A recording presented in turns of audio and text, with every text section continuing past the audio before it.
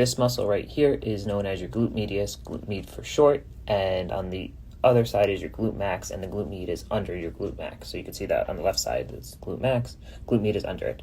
So it is a muscle that does abduction and adduction movements, which are in the frontal plane, and they're kind of more horizontal in nature.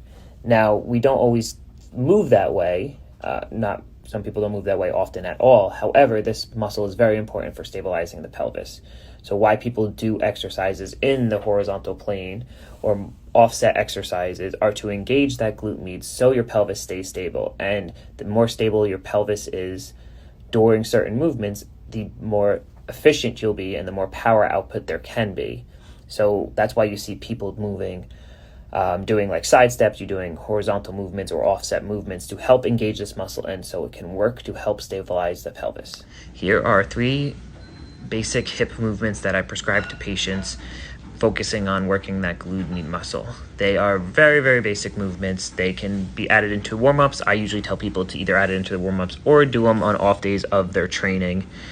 And they can be used to help with activation of that glute med. Like I talked about yesterday, the glute med helps control the pelvis in the frontal plane, and we want to make sure this is working as efficiently as possible. So you can add these into your warm-ups. You don't have to do all 3. You can add 1 of them, 2 of them, whatever you may need. It's just a suggestion, and this is sometimes what I tell people to add in based on their needs.